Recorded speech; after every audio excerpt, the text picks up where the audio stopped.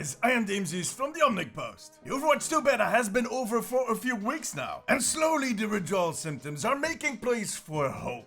Hope that October 4th will be here soon, and that Blizzard delivers an experience that we can enjoy for years to come. Now, while we waited for the return of Overwatch 2, I wanted to take the time to run over some of the changes that were made to the maps. I did previous videos that looked at the changes on King's Row and Icon World. Both of the maps got substantial changes that seem to be tied into the PvE, which we are expecting to see in 2023. I'll leave a link to both videos in the description below. But more maps were changed for Overwatch 2. However, most of these changes are pretty small. So small that you might have missed them, even if you have been playing this game for 6 years. Now, almost all of them are strategic changes. Mainly objects that were added to break a line of sight or to be used as cover. Now, there are 10 maps that were altered for that latest beta build, besides the 2 maps I did videos on before. So I'm breaking this video up in 2 parts. This part will be about the control maps, and part 2, which will include the escort and hybrid maps, will follow in just a few weeks. Alright, let's dive in.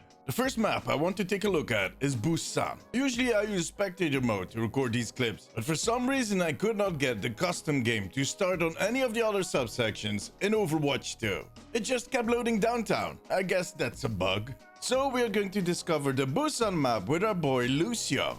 Since the game was so persistent in its attempts to keep me on downtown, let's start here. When you leave either spawn rooms, you might or might not have noticed that a police car is now parked at the door. It seems Busan is somewhat worried about certain individuals in both the teams, or they just wanted to add some extra cover when you leave the karaoke bar.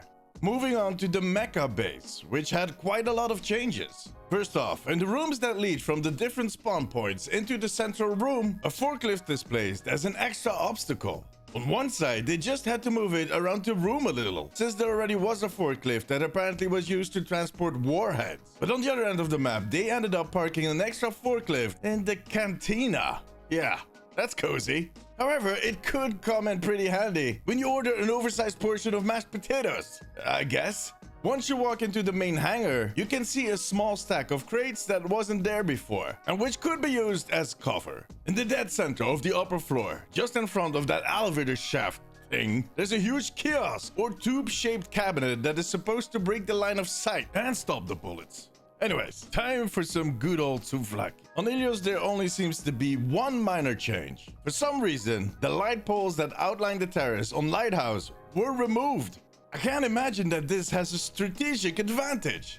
Maybe the neighbors complained? The Malakas? I don't know. Let's just move on to Lijiang Towers. In the gardens, at the little bridge that has taken so many lives over the years, and that brings joy to any Farah, Lucio, or Brigitte main, they added a little wall that now cradles the health pack that is right there. This should allow you to grab it without the risk of getting hooked by a very eager roadhog.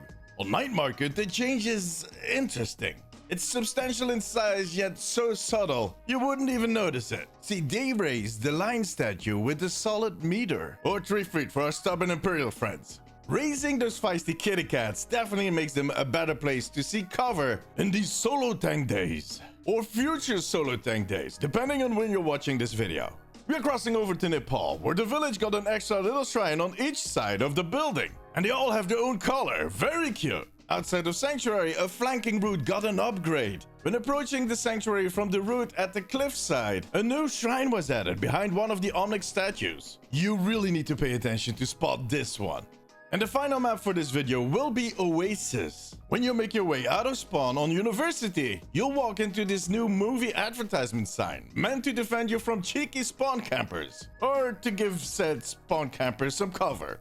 The same kind of deal happened at City Center, but here they didn't just add a sign, they also added an extra car, and they replaced the nice and colorful flower bed at the city gates with a sturdy and at times hypnotizing advertisement kiosk. Nature being pushed back again by corporate villains that are out to make a few extra pennies, or whatever the currency they pay with in the future.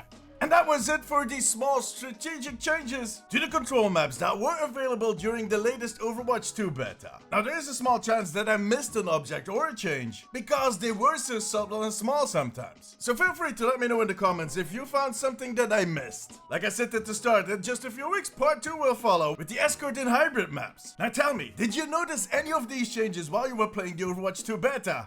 Or maybe you noticed all of them? Let me know in the comments. Join me during my streams on twitch.tv/DamesisTV, and make sure to subscribe for more content on Overwatch.